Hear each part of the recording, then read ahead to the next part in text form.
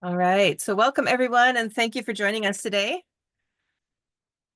My name is Stephanie Raymond. I'm the program manager for Orca Network, and one of my roles is as an educator for our Share the Water boater education program. And I know we have some other staff here today. Our executive director, Susan Berta, is here, and Rachel Haight, who is a co-coordinator for our Whale Sighting Network team, and the rest of the team is there watching. That's Marla, Serena, and Nicole. And we're very lucky to be joined tonight by Julie Watson, who is Washington Department of Fish and Wildlife's Killer Whale Policy Lead, and Captain Alan Myers from Washington Fish and Wildlife Enforcement. And they're here to give us some information about the new rules for recreational watercraft operating around southern resident orcas and to answer your questions. So following that, Rachel will give us a short presentation about how and why to make sighting reports, and also an update on southern resident orca presence in Puget Sound this fall, which has been really something. So just a little bit of housekeeping before we get started. Please put your questions in the chat. If you submitted a question when you registered for the webinar, that has already been forwarded to Alan and Julie, but we'll say them out loud too later. And we'll do an initial Q&A period after Julie and Alan have given us an overview of the new rule, and then another Q&A period at the end of the program. So please just keep those questions coming as they occur to you while we're doing this. So Julie and Alan, thank you again so much for being here. What can you tell us about what's changing and what boaters and shore-based whale watchers should know? Awesome. Thanks so much for having us tonight. I'm going to give a little bit of an overview of some of the history of how we ended up here and what's changing and the why around it. And then Captain Myers is going to talk a little bit more about the what and the how, what it's going to look like on the water going into the new year as these regulations change. Captain Myers, did you want to say anything before I launch into presentation mode? Nope, just thanks for having us here. Appreciate that. And take it away. All right. I'll double check that folks are seeing my slides okay. Are you seeing presenter? Looks Or good. not presenter view, normal view? Awesome. Great. Let's see. So, like I said, I'm going to talk a little bit about the why. How did we end up here? And it starts quite a long time ago, but in more recent history, there was a large effort around southern resident killer whale recovery, and the governor set up an Orca task force. I'm sure everyone on the call has a really good understanding of this history, so I'll keep it pretty brief. That work resulted in 49 recommendations. Progress has been made on a lot of them. And if you're interested in seeing what's been going on in the last few years since the task force disbanded, the QR code or orca.wa.gov are two really good places to go. It's not just DFW stuff, but it's all across the state, things that have been going on to work on orca recovery. And as I'm sure you're aware, the threats facing southern resident orca, the primary threats that those 49 recommendations work on are too much pollution, too few fish, and too much noise and disturbance. There's a couple extra things: climate change and human population growth that exacerbate those threats. And then if you've been tracking some science in the last year-ish, you know that inbreeding is increasingly a concerning and better understood factor of population dynamics for SRTW. So a lot of stuff going on here, and the exciting thing about working on vessel noise and disturbance is that it is one of the things that can make a pretty immediate difference, whereas salmon recovery is an amazing and gargantuan effort, and it might take years and years to see the results of doing a big estuary restoration project and having fish return and seeing those numbers increase and use of that habitat increase over time. A vessel slowing down and staying a little further away from SRKW might make a difference in that moment. And that's the science that I'm going to talk a little bit more about right now.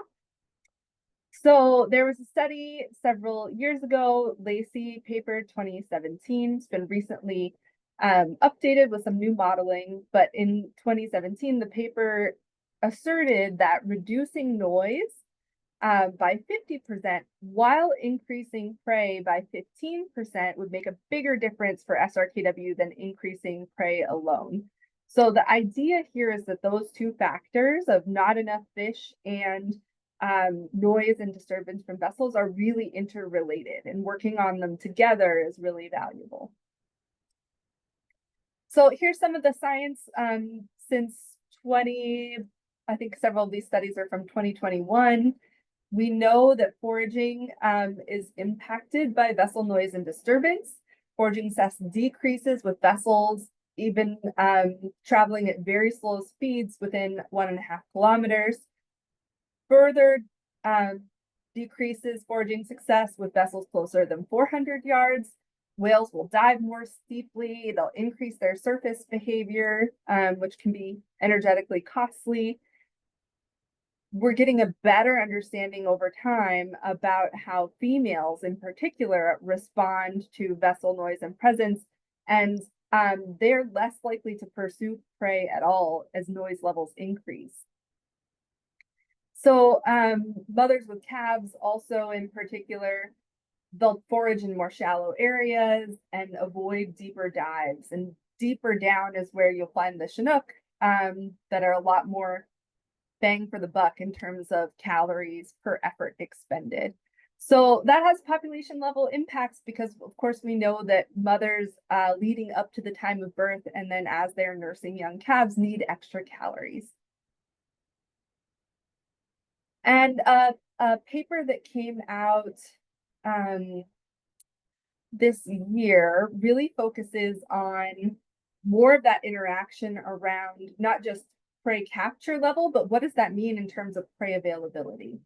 So I'm using an example here, a metaphor, and please feel free to tell me later or in the chat or comments if you find it helpful or not.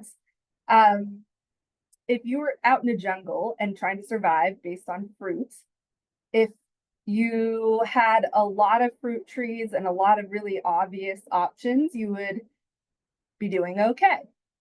If the fruit was more sporadic, harder to find, still bright and colorful, but you have to spend more time looking, ultimately you're going to need to eat more because you've spent more energy looking. And if we talk about killer whales and noise, I like this analogy. I've been thinking about it more around if you were colorblind in that same situation. If you're colorblind and you can't see the fruit or the berries really popping out from the green leaves because it's all kind of blended together in a brown color for you, you might spend more time looking even if the fruit is more plentiful. And that's what the whales do too. They spend more time looking because there's more noise, because the fish don't pop out as much as they would if there were quieter conditions. So you'd spend more time looking.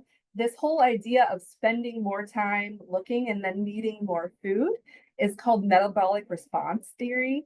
And functionally, increasing noise causes that same effect as if there was just less prey around. So less prey combined with more noise makes it particularly difficult, just like if there were fewer trees that you're looking for fruits and it's harder for you to spot the fruit because of your the conditions.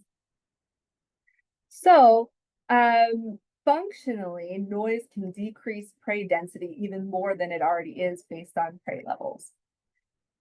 So this newest study from 2024 talks about how vessel noise interferes with multiple phases of foraging and overall success. Reduce searching efficiency, as well as having females forego foraging while males still pursued the fish but were less successful at capturing the fish that they were going for, so more failed attempts.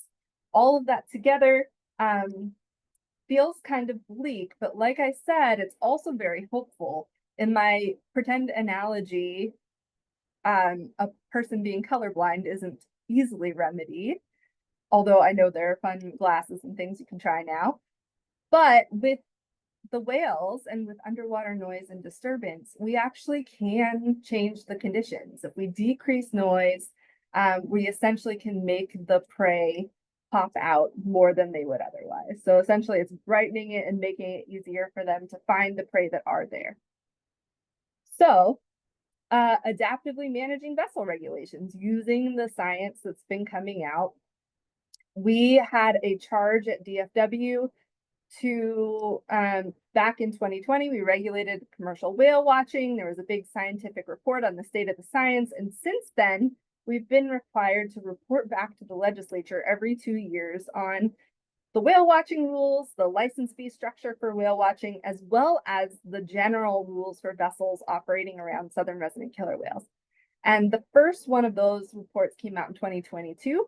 And another one, the 2024 report is coming out right now. So sometime this week, we'll have a link posted publicly that we can share with you that shows our most recent findings and recommendations. But I'll talk a little bit more about that 2022 report because that's what's led us to today.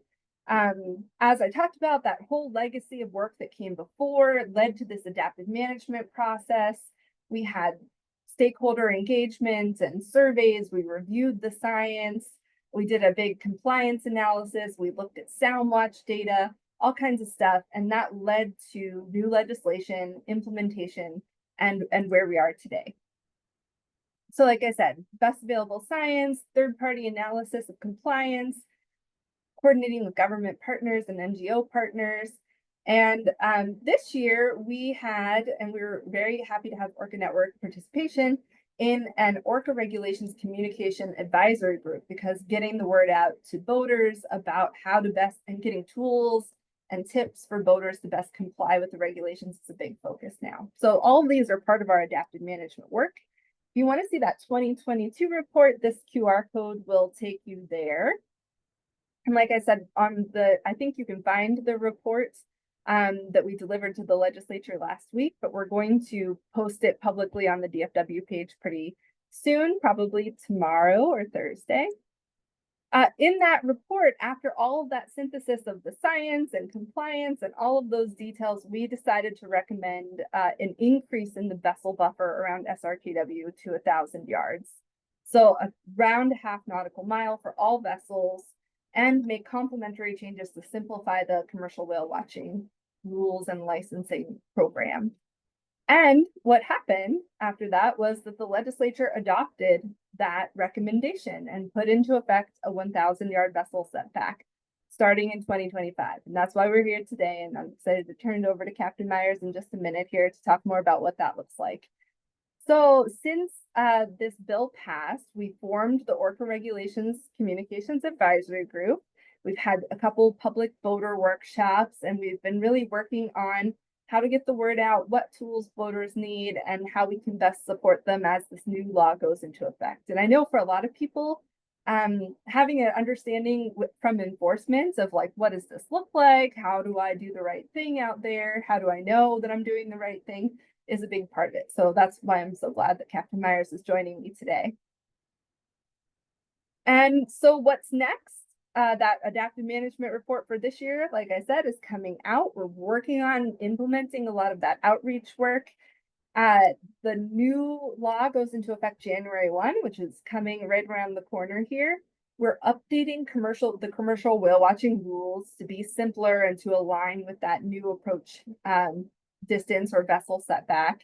And we'll be coordinating with NOAA and our Canadian counterparts, because right now the disconnect in different regulatory schemes I know can be really confusing for folks. And so collaborating across the border and across scales of government is an important value for us as well. So that is my piece of the presentation, and I'm excited to answer any questions, but I'll turn it over to Captain Myers to take it from here. Thanks, Julie. I appreciate that. And thanks very much, Orca Network, for having me here today to be able to speak to this issue. As Julie queued up early on, we're going to talk about the how we implement sort of this new strategy that we are going to be working on moving forward starting January 1st, 2025, when the new rules and regulations take into effect. So let me start with a little bit about myself. I'm Captain Alan Myers, and with Washington Department of Fish and Wildlife Police. I'm the enforcement lead when it comes to SRKW protection efforts within our enforcement branch.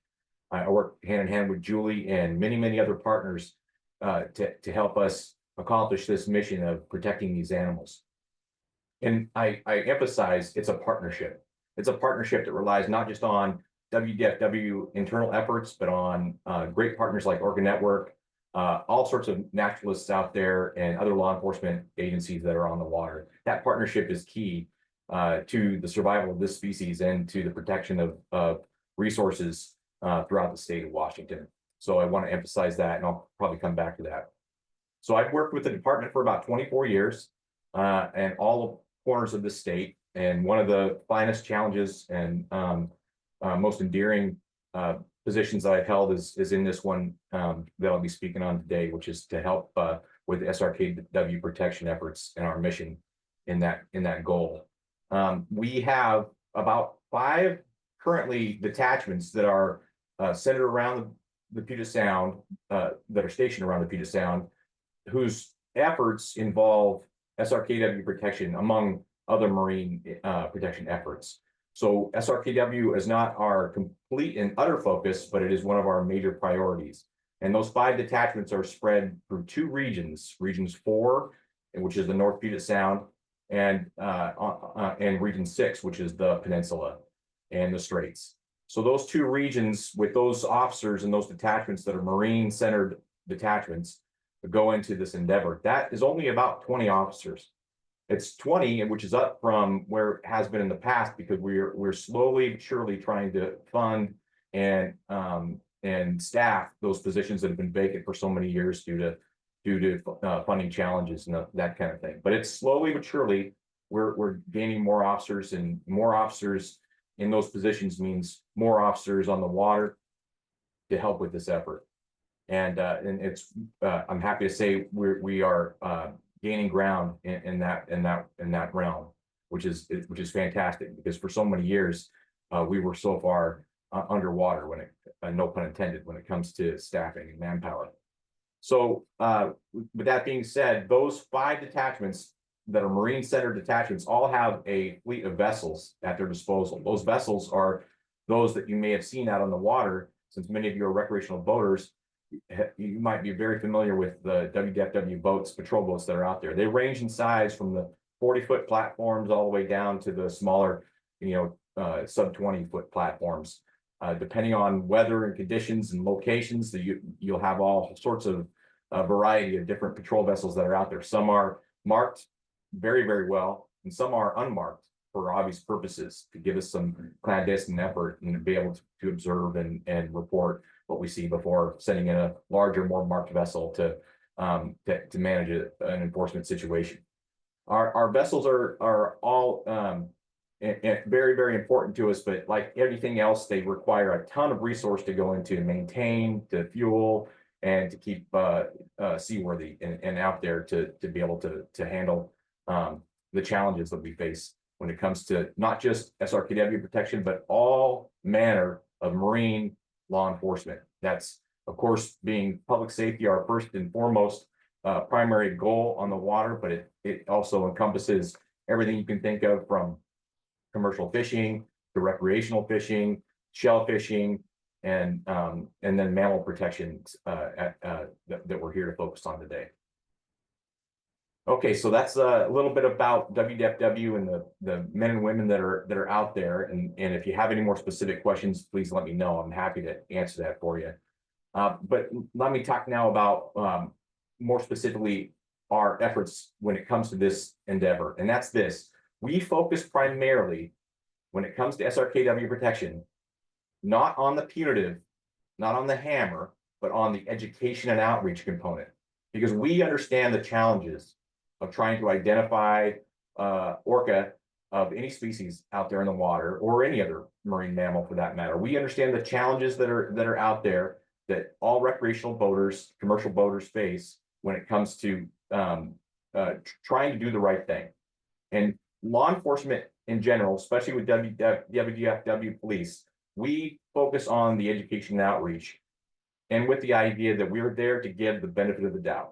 So I want to cue that up as the main as the major point to hit here is that with these new law changes, we know that as that barrier, that protection bubble expands to 1,000 yards, that it's going to be very, very difficult for people to, one, judge distance, and to two, judge a species and to figure out what you're seeing out there. And are you seeing an SRKW, or are you seeing some other type of marine mammal that has different standards and different rules that apply? But I want you to understand that all the men and women of WDFW enforcement understand that hard task. We understand that challenge that you face, because we face it as well. Although we have equipment that we're outfitted with that gives us a little bit of advantage on determining what exactly is out there and where. We have radar and all sorts of optics that help us identify. We know that you don't. And because of that, our job is to, first and foremost, just make sure that we're there to give you the information, keep you doing the right thing, which is what we assume you want to do. Majority of people that are out there, 99% of the people that are out there just want to do the right thing because you love your environment, you love these species, and you want to keep them around for the future and for your children. And we understand that. So therefore, our job is not to go out there and lay the hammer down and give tickets out for people that are trying to do the right thing. Our job is to go out there and help you do the right thing. So I want you to remember that when you're out there, when you see us, don't be afraid. Don't be afraid to contact us and ask questions. Don't be afraid to contact your local game warden, your local fish and wildlife police officer. Don't be afraid. Reach out to us, and we're going to be there to help you. We're going to be there to give you the answers to the questions that you may have, even if they're hard ones. And we're going to be there to help you stay in the right. So that's the overarching goal that we have, is to, as these new rules change, we always take a soft approach. We always take the education and outreach approach first. We do not gain anything from writing a bunch of tickets, especially on rules that are new and rules that are very difficult for the public to be able to adhere to. We gain nothing. No funding, nothing. Those tickets that we write are only reserved for those cases that are very egregious. Those cases where we see an intent to do harm. That's what those tickets are there for. Tickets can range from anywhere from $125 to $5,000, depending on the type of violation that occurs, and anywhere in between. It just depends on what happened. But again, citations are not our focus, especially with new laws such as these that are in place. Again, the new laws that Julie pointed out are starting January 1st, expanding to 1,000 yards from SRKW. And then within that, if you have an animal within 400 yards of your vessel and you're on a motorized vessel, you're required to put it into neutral and stay in neutral until that animal is outside of that 400 yards. Once it's outside of that, then you can re-engage your transmission and move away until you're greater than 1,000 yards away from the animal. So that's what we'll be looking for is in January as that starts up. We'll also be using all of our resources within law enforcement and within the civilian side, as well as within the uniform side of our agency, to hit special events like this and others where we put the word out and say, hey, these new rules and laws that are in place. Want to make sure you're aware. Want to make sure you're thinking about this when you go out and enjoy yourself and your families out on the water this year. So those are some of the rules that we have in place. Those are some of the strategies that we'll be putting in place. I'll also be working with, we'll all be working with our partners in this endeavor as well. So I want you to know that not just WDFW enforcement will be on the water, but we'll also have partners in NOAA, OLE, Office of Law Enforcement. We'll also have our partners in the Coast Guard, which have an important law enforcement component as well, and within county sheriff's departments who will be putting people out on the water as well, in and around the different counties that encompass the Puget Sound. So those law enforcement entities are all on the same page.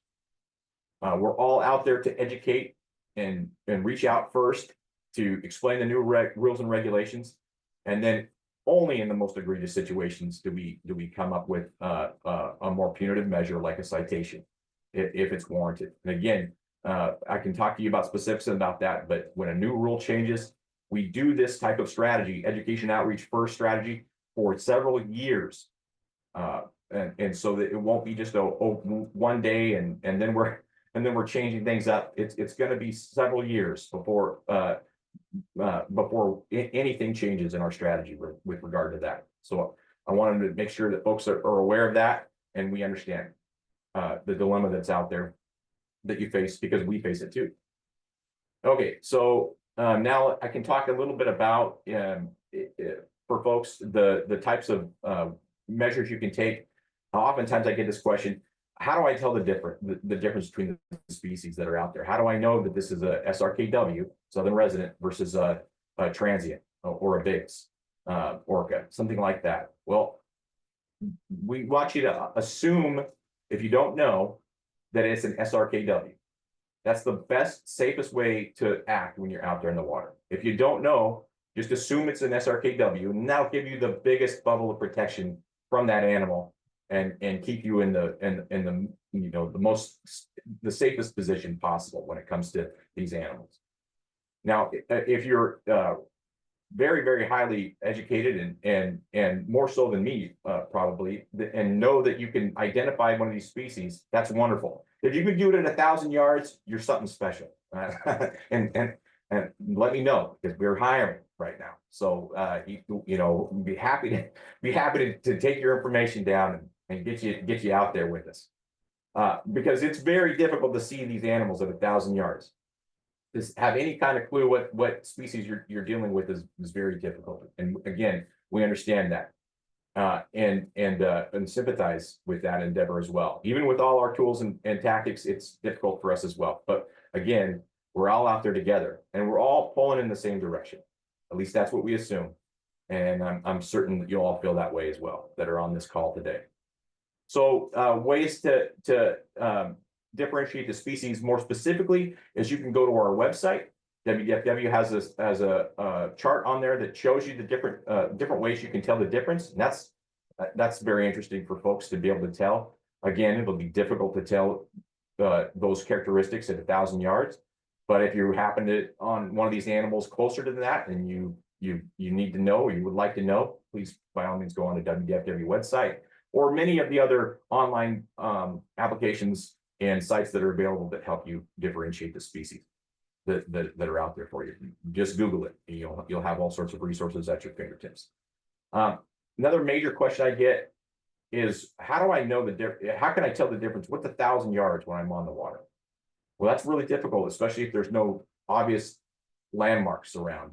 No landmarks as far as other vessels, or landmarks as far as structures along the shoreline, anything like that.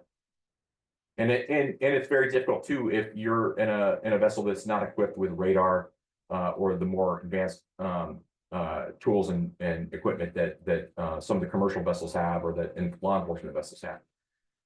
So there are implements out there that are available, and I know I've seen these at some of the trade shows, the boating shows and that kind of thing, that kind of help you gauge or eyeball 1,000 yards.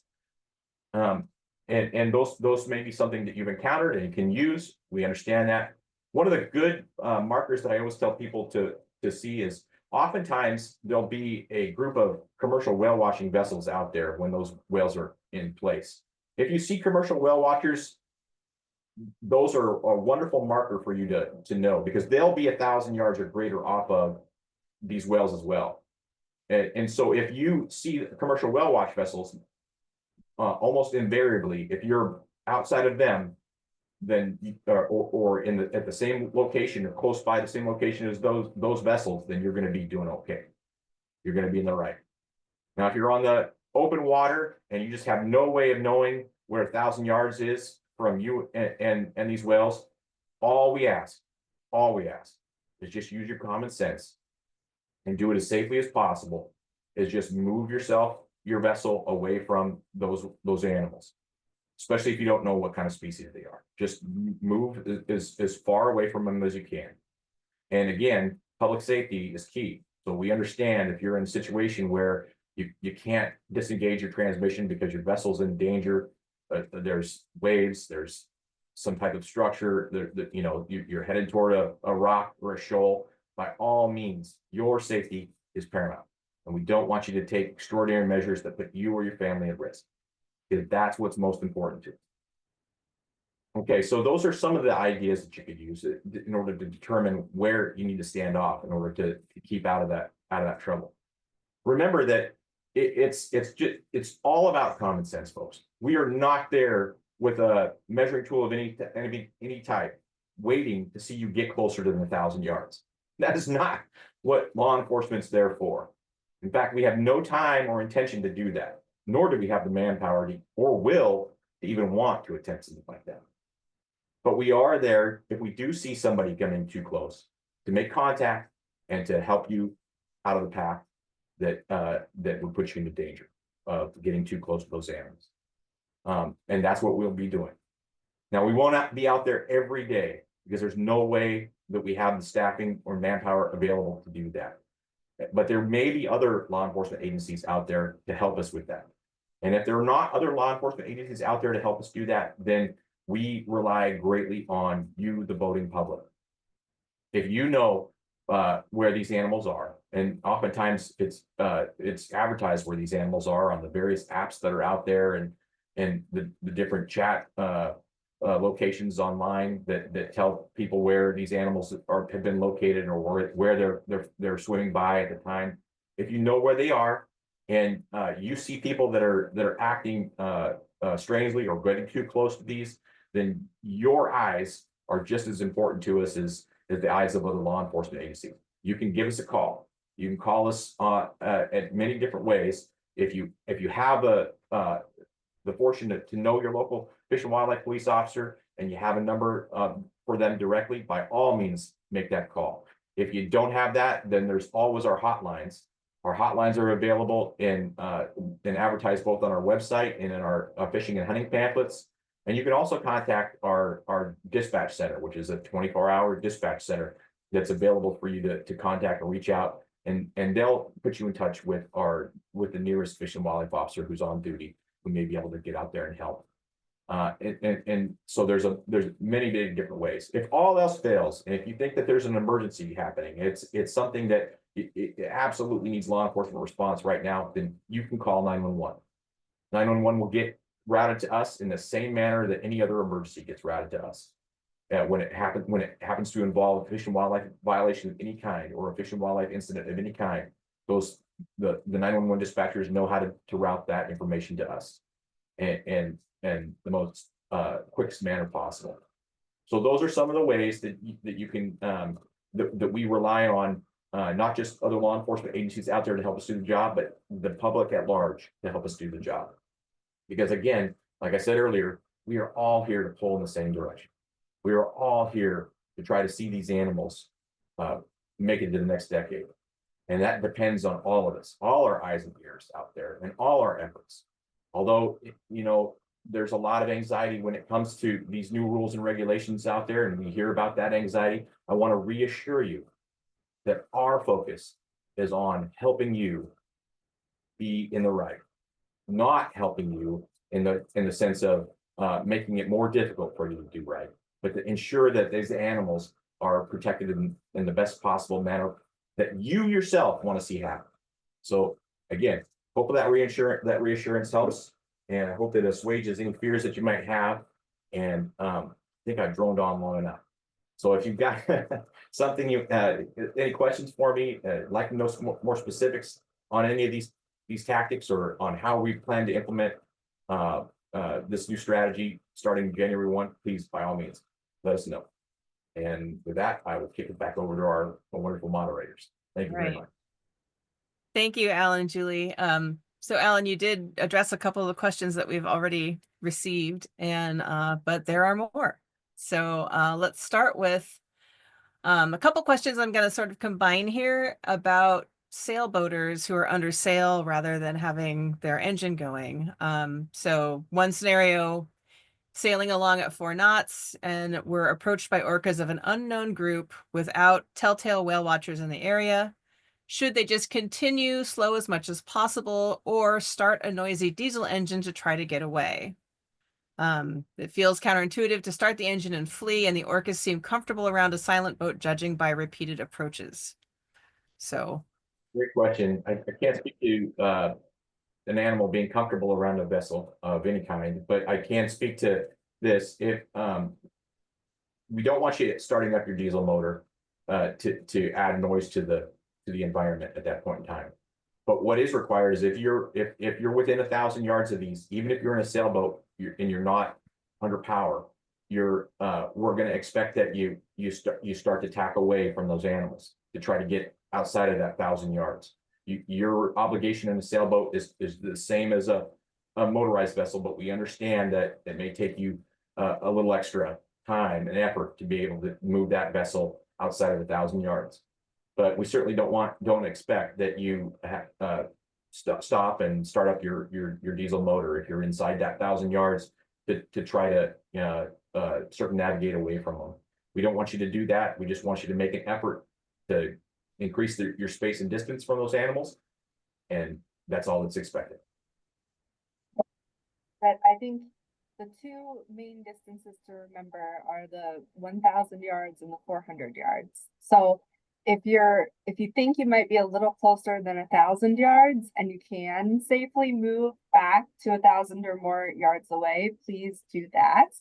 If you round a corner or orcas just pop up around you unexpectedly within 400 yards, at that point, we're asking, well, the law requires motorized vessels to disengage the transmission if it's safe to do so. But I think there's parallels for other types of boaters as well. So if you're sailing, you could lock your sails. I think the idea is to, at that point, we know from the science also that vessel disturbance of whales can happen just from vessel presence, not just from the motor noise, although noise is a thing we're focusing a lot on. So being still and being predictable, if you're in a group of kayaks, grouping all together close to shore, if possible, that allows the whales to move about freely without worrying about calibrating to the vessels around them. So waiting for the whales to pass further than 400 yards away before you resume trying to move out to that 1,000 yard distance is the guidance that we're offering to folks. Thank you. What if you're in a channel that is less than 1,000 yards away or less than 2,000 yards away, or across rather, so that if whales show up, it's not really possible to stay a full 1,000 yards away from them? Or similarly, if they're in a wider channel, but they're really spread out. So trying to stay 1,000 yards away from all of them presents a challenge. Right, and there are pinch points all throughout the Puget Sound where this scenario could occur. We understand that. Again, I'll just reiterate: if you're in a motorized vessel and you're within 400 yards of these animals, the new rules state that you've got to disengage your transmission, put it into neutral. So if you're within 400 yards of that at a pinch point, disengage if you can do it safely. Again, if you're in a tight channel and you can't go into neutral safely, or it puts you and your vessel at risk, then you need to make sure that you think about your safety first and foremost, because we're thinking about your safety first and foremost, and law enforcement is going to understand that. If you're in a channel where you're greater than 400 yards, but 1,000 yards, not 1,000 yards, not quite 1,000 yards, all we want to see is you safely trying to move away from those animals, staying under the 7 knot speed limit. If you can maintain that, and that type of composure and behavior throughout your as you boat through that channel, then you've got nothing to worry about. You're doing the right thing, and we're going to observe that and have no issue. Thank you. How about situations where conditions don't allow for a full 1,000 yards of visibility? Any thoughts about that kind of a situation? Yeah, great question. Again, every principle that you face here on the water, especially in with weather and different types of conditions, we're viewing from the focus of common sense. If you can't see because fog's too thick and these animals, and you have no idea these animals are there, well, then there's no way you're going to be faced with a challenge from law enforcement about being too close. You may be contacted by law enforcement and advised that, hey, you may not be able to see them, but our radar is picking up these animals at this location.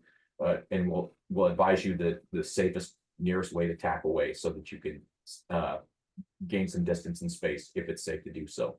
But again, common sense prevails here. You can't see them, then we're not expecting that you have tried to get too close to them or do anything nefarious in any way. Okay, and I think you've covered what to do in situations where conditions or where if you see a boat you think is in violation, what to do if you're not sure which ecotype. Okay, so we have one more question in the chat, and I hope the first initial is T. I hope that you'll have some patience. I'd like to save that for the last Q&A session because I think there are some things that Rachel is going to be sharing with us that might help with answer your concerns a little bit there too.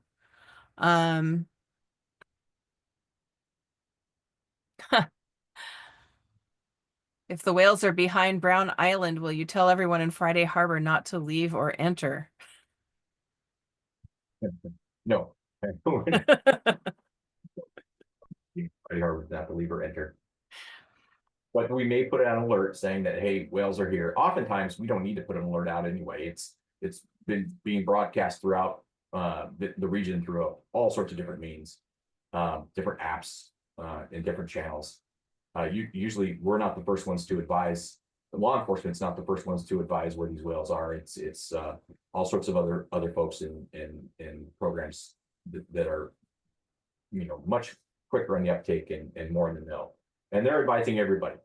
And so, yeah, that's, there's a lot of ways that people can find out where they are if you're in doubt or have questions. Well, I think that's a good segue into what Rachel has to share with us today. And then that will come back to your question as well, your other question as well, T. So please, if you have questions as Rachel's presenting or as you're digesting what Julie and Alan just said, please put those in the chat as well. And I will reintroduce Rachel Haight, the co-coordinator of Orca Network's Whale Sighting Network team, who's going to tell us a little bit about how and why to make sighting reports and talk about the southern resident killer whale presence in Puget Sound this fall. So take it away, Rachel. Hello, everyone. I'm gonna get some slides ready. So, all right, hope everyone can see that. So I'm going to talk a little bit about how and why to report whale sightings. The rules we're discussing here do not apply to commercial vessel traffic, does not apply to the Washington State ferries and the large cargo vessels like you see pictured here. I took this photo on November 30th as LPOD made their way through Puget Sound from Vashon Island. As these whales come into inland Puget Sound, they are very much entering an urban environment, so they don't only have to watch out for recreational boaters, but they have to contend with a lot of commercial traffic. So that's where we come in and all the community and all your reports come in. So first, how to report a whale sighting. There are various different methods in which you can do so. So whatever works best for you. Our whale sighting network team is comprised of 4 of us who operate in scheduled shifts during daylight hours. So whatever method you choose, someone on our team will see that report. So you can visit our website at orcanetwork.org, specifically the report sightings page, but there's also a little button right on our homepage when you go there. You can send an email to sightings@orcanetwork.org. You can call us at 866-ORCA-NET. And then if you use Facebook, which I know many in the community do, you can send a direct message to the Orca Network page, or you can share directly to our real-time sighting post at Orca Network Community Group. Once we receive a report of the day, we will start a post for each specific group of whales as they are in the area, and then we post real-time updates there. So you can also receive information on current whale sightings. Orca Network does offer a call and text annual subscription service that provides updates to your phone. We usually send out an initial report and then try to update about every 2 hours or if there's a dramatic changes in the whale's behavior. And then we also do the real-time updates posted in the Orca Network community group.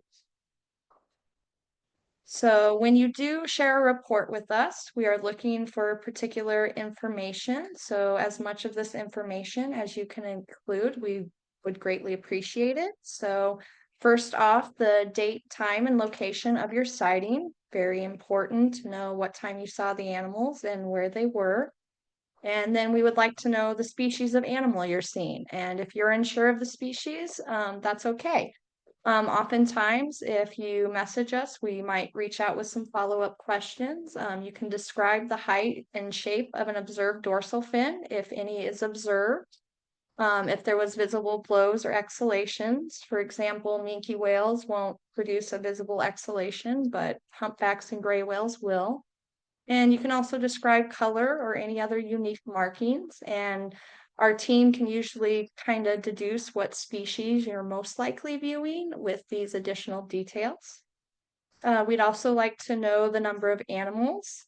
Comparing ecotypes, big transient orcas can travel in large groups, especially in the springtime. We get a lot of those large gatherings, but in general, if you see a large number of orcas, chances are it will be southern resident killer whales. So knowing how many animals you see can be another determining factor in figuring out ecotype. And then obviously direction of travel is important, so we know which way the whales are headed. And then if you observe any behaviors such as breaching or fluking, like when a humpback does a deep dive and shows its fluke, the whales appear to be foraging, any kind of additional behavior. And then any photos or videos taken, if you can share those, especially either through email or through directly our Facebook Messenger. Even low quality cell phone videos can help determine species at times. So any photo, any quality can help in determining any extra information we need to know.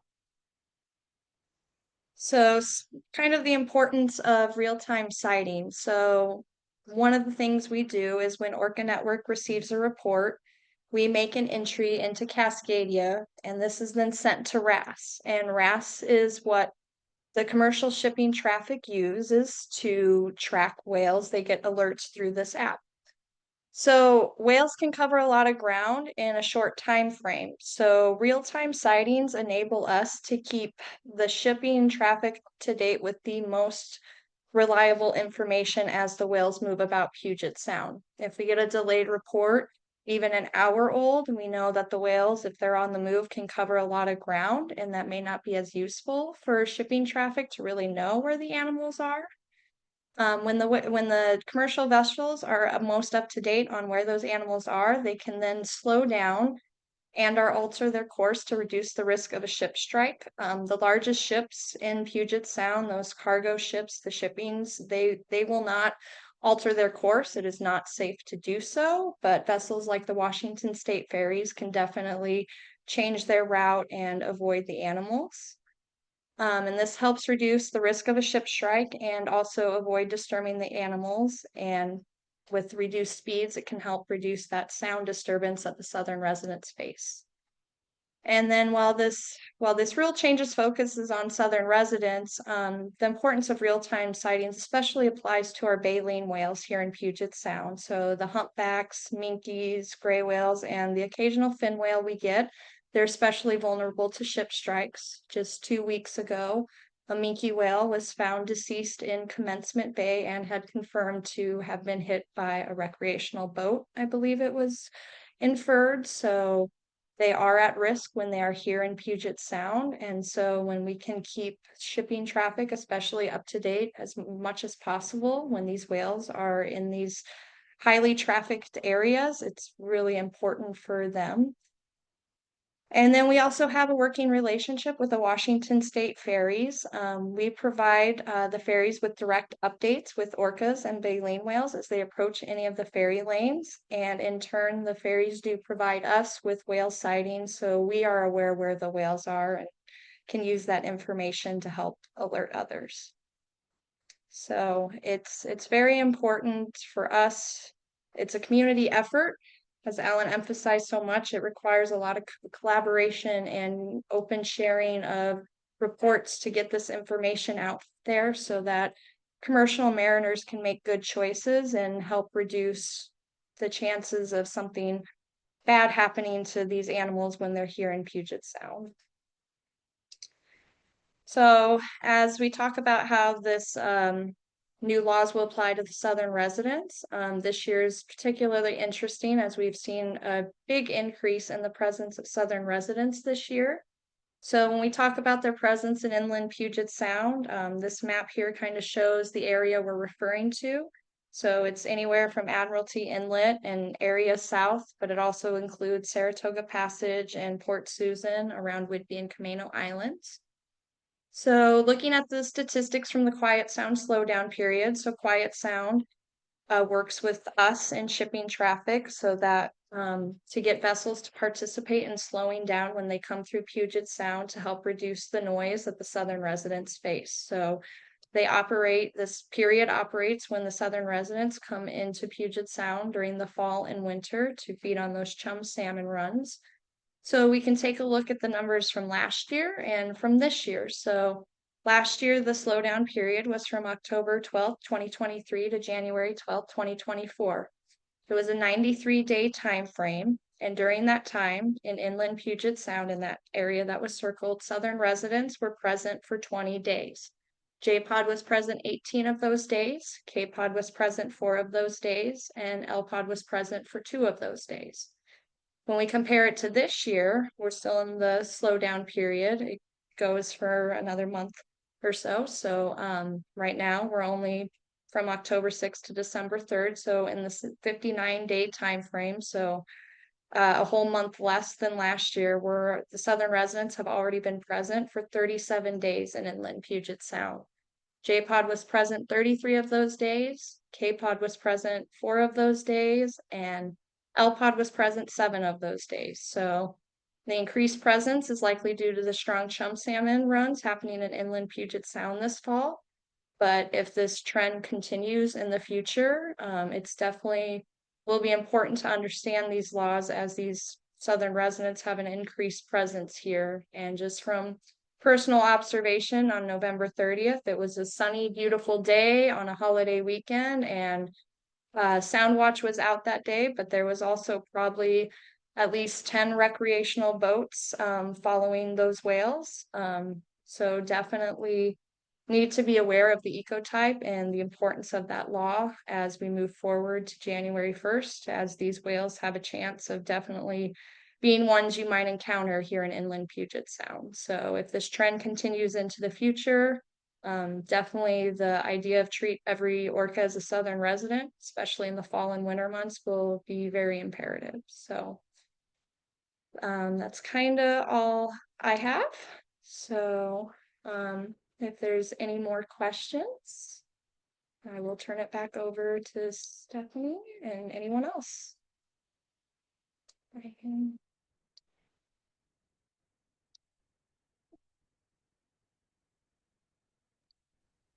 You're on mute still, Stephanie. Sorry about that. Thank you. Thank you, Rachel. I just wanted to add a couple things. And when we post our sightings on Facebook and the Facebook Orca Network community group, we will include information about which ecotype it is as soon as we have confirmed that. So if you are setting out on your boat and you want to know what's happening out there, and if there's a particular place that maybe you want to try to avoid because the Southern residents have been in that area, that's a really good place to see where they are and where they're headed. Or if you see orcas out there and you're not sure what ecotype they are, maybe that's a place where you can find out if you know exactly where you are and the information is given in the sightings thread. people update in the comments from where they're viewing the whales. So you can, usually the residents and transients aren't traveling so close together that you can't tell the two groups apart geographically. The other thing to know is that the RAS system that shares information with the commercial boaters does not share that information with recreational boaters, but there is an app called Whale Alert that does. So that's another tool that you could use to find out where whales have been seen recently. And when you report a sighting to Orca Network, that will go to both places during the quiet sound period, which is when the southern residents are most likely to be around. So that report will really help all boaters all the vessel traffic that's out there on the water to know what's going on. So there was one other question and comment about generally I'm just trying to get somewhere. I'm not really looking for whales or to get close to them, and 3,000 feet in the distance is not something that I'm looking at. More like the deadhead that's 400 feet ahead. So that's, as a boater myself, I can really relate to this question about how far are you looking into the distance of where you're going when there's stuff happening in a much more immediate environment. And the question is, would somebody just hail me and let me know that there are whales around? So I would say, I would encourage you to check out some of these other resources that are available, like Whale Alert and the Orca Network Facebook page. But I'm wondering, Julie and Alan, if you have any other ideas about where people might get that information. Yeah. So if we're on the water, or another law enforcement agencies on the water, we're generally going to have be hailing people on marine radios if we see them. That's our first mode of or attempt to contact. Is usually if we see somebody heading toward orca or a group of orcas, we're going to try to hail them on the marine radio frequencies on the general bands that the Coast Guard and everyone else uses out there. And we use it. We'll go through a couple of those different common bands to try to make sure that we hail somebody who might be on a different channel. So that's possible. If there's a Coast Guard vessel out there, they'll certainly do that as well. And any type of law enforcement vessel that is out there, you'll see will have those type of abilities to do so. But again, that's if law enforcement's there, and if we see you going in that direction, generally there's not just going to be a general hail for the day coming out because these animals are prone to move around so frequently, and it's difficult to know their location from 1 minute to the next, and to keep those hails updated. It'd be a constant stream of talking over the radio, which wouldn't be good for anybody. So, but yes, if we see you approaching and we're out there in the water, we'll try to contact you on the radio first. And if that doesn't work, well, then we will approach and you'll see our lights, and then we'll let you know that way. We'll come alongside and give you the skinny on what's out there. Great, thank you. Could I I add to that, Stephanie? Oh, yeah, go Oh, ahead. I sure. was gonna add as well, that also commercial whale watch vessels, when they're out on the water viewing whales, they will also try to intercept recreational boaters. They like to do their part to protect the whales when they're out on the water, so they will honk at you, they may wave a flag, but if you see whale watch boats on the water in a clustered area, that's a pretty good indicator that there are whales are present. So that's another thing to be looking for, those types of vessels. Yeah, thanks. I'll just add more on top of that. Couple words of the year are demure and mindful, I think. And I'm sorry that's gonna date this video, but I would encourage folks to be just be mindful as you're heading out on the water. You've got tools. I know, probably a lot of folks who are on this call are very already in the know in the Orca Network. You've got these apps, you've got points of contacts. Use those to have an idea of what you're heading out into as you plan your trip, if possible. And be aware, be mindful while you're on the water. Keep an eye out for blows, for fins, for folks flying the whale warning flag. You see an enforcement vessel, you see sound watch, you see a commercial whale watching vessel. There's all these clues out there.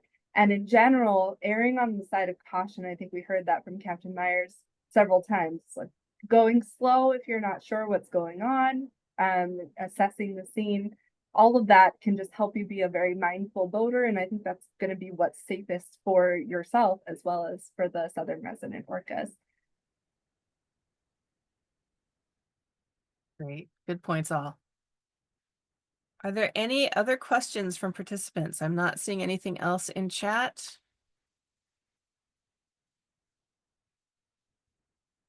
I'll give folks a few minutes to think about and enter some questions. And I'm just wondering, Julie, would you speak to the difference in the regulations between the residents and transients for commercial whale watching vessels? Because that's another thing that might be confusing for people if when they see, boats closer than they should be, if they're not sure what whale they're looking at.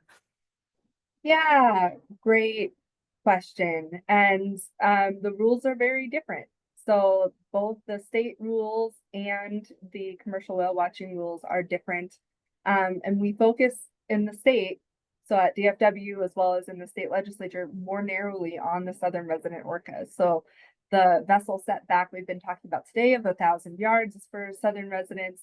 We regulate commercial whale watching, and for the past several years now, commercial whale watchers have been staying a half nautical mile, which is about the same distance, 1,012 yards technically. They've been staying that far away from southern resident orcas 9 months out of the year. The other 3 months of the year, only limited number of vessels at limited times were permitted to approach more closely to southern residents. And that's going to be changing with this shift to 1,000 yard. It applies to everybody. So that new approach distance will be for commercial whale watchers as well. So I know a lot of great folks who are in the industry who care deeply about doing the right thing and who've been very careful to observe those rules and are experts at what they're looking at on the water, which is really great too. And I know they are great partners for that. So if you see a commercial whale watching vessel that's or a couple commercial whale watching vessels that are closer than 1,000 yards, maybe closer at the 200, 300 yard range, even 400 yard range, probably there with transients unless something weird happened. So I'd again encourage folks to be careful and not necessarily just zoom up to where they're at, make your own assessment of the situation. But most likely, particularly if there's several commercial whale watching vessels lined up or kind of set aside from some orcas, more likely than not, they're going to be transient orcas because that's just been so much more of the focus of the industry over the past several years. And I know there are folks, including some who are on the call, who can speak to that much more intimately than I can. But just from an outside perspective as a regulator, it's been great to grow that relationship and partnership with the industry. Thanks, Julie. Another question, can you let people know where to get the whale-wise flag? So those are the whale warning flags, and unfortunately I don't have an image of one handy here.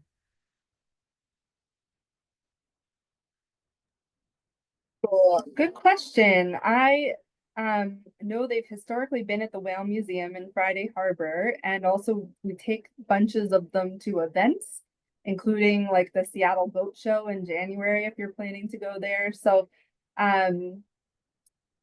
boat shows, events, anywhere people are showing up and talking about Be Whale Wise, particularly if you're in the Anacortes Friday Harbor area, you're probably likely to see them. And more often than not, nowadays they're being given away along with some information about how to use them appropriately. Because I know it's really important to folks who've been involved in that program that folks are not just using it as a banner of I love whales, but actually putting it up when you're in the vicinity of whales and taking it down if you're not.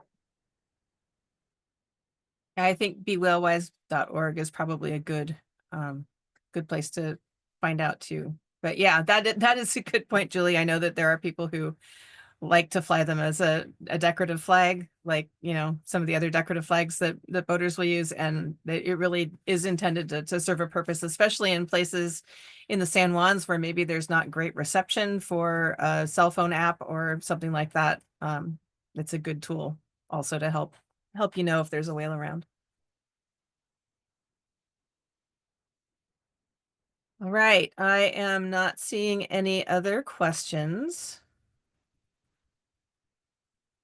But thank you, Erin, for posting the link in the chat about the warning flag. There's the one comment question about, from Pete Friedman. There, did you want to talk to that one? Oh, I missed that one entirely. Thank you so much. So do we feel that posting all these sightings just encourages boaters to chase whales? I'll take that first jab at that one. So we had a lot of discussion about this, especially in it's apropos to talk about the flag, the whale flag, whether or not this would cause a magnet effect on boaters versus a deterrent effect. The data just doesn't show that that the more information that we give attracts more people to these in harmful ways to these SRKW. So what we find and what we found in our in enforcement is that the more you know, the more people are armed with the ability to do the right thing, and that's what people appreciate and want, and that's what we hope to continue to foster. So we just have not seen that it causes a problem to keep people informed and in different ways. In fact, we've seen that it does much better to help us deter bad behavior and to keep people doing the right thing. And I will add, just having been involved with the sighting network, I've been doing this 12 years, where I've been not only utilizing real-time updates, but have posted them myself. And it gives people like me a chance to view these whales from shore. And the more opportunities we have to view these whales from shore, the less likely we are to get on boats to see these whales. So I haven't been on a whale watching boat in a couple of years because I get plenty of opportunities here just from shore, don't need to, and it enables a lot of people to view them in the same manner.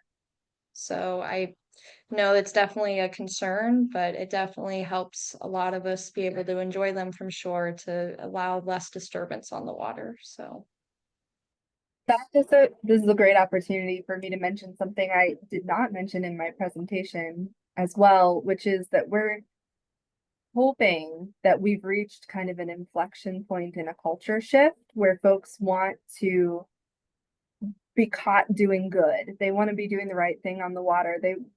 There's less of a pull towards let me get as close as I can, let me get the best picture, let me like have this experience. I know that desire is still there for folks. We can't help it. They're awesome. But I think there's a shift happening where more and more folks want to more than that desire to be close or to have that amazing experience. They want to do what's best for these animals. And so we're inviting all of you to be part of that culture shift as well. And one of the things we're going to be trying out is a kind of a peer-to-peer boater ambassador program. So DFW will be coming out with more info on that soon about ways that boaters can help encourage and give tools to other boaters and be part of that cultural shift. So if that's something you're interested in, I'm going to put a website in the chat. It's just wdfw.wa.gov/orca, and we'll be updating that page pretty soon here, probably within the month, with some information and probably putting out a press release, letting folks know that we're interested in seeing who's interested in being an ambassador. So consider that. Great. Thank you all so much. I'm not seeing any more questions. So I just want to offer my heartfelt thanks to you, Julie and Alan. Thank you. And also thank you, Rachel, and the whole Whale Sighting Network team for all the work that you're doing to keep whales and boats at appropriate distances from each other. We will be posting the recording of this webinar on our YouTube channel and sending you all a copy. And if any of you are connected with recreational watercraft groups and would like Orca Network to speak at one of your meetings in person or virtually, you can drop a line tonight to info@Orca Network or let us know when you receive the email with the YouTube link. And you could also let me know if you're interested in the ambassador program, and I can forward that on to Julie. Looks like maybe we got a few. Yeah, those are just the resources there in the chat, and I will be sure that those also wind up in the email that you receive with the recording. So thank you all, everyone. Thank you for the great questions and for your time and Julie and Ellen for your expertise and reassurance that enforcement's not going to be out there with yardsticks. Taking off a lot of them anyway. So thank you very much, and everybody take care.